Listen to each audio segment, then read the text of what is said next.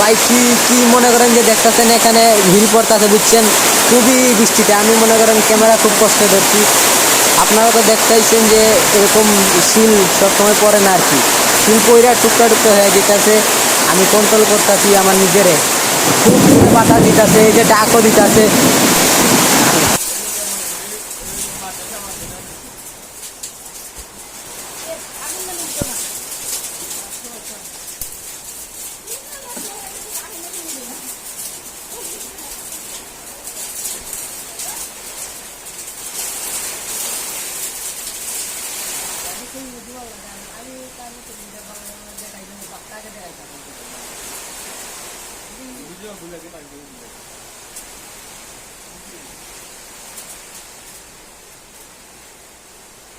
আমার প্রত্যেকটা স্টুডেন্ট কারণ থাকে।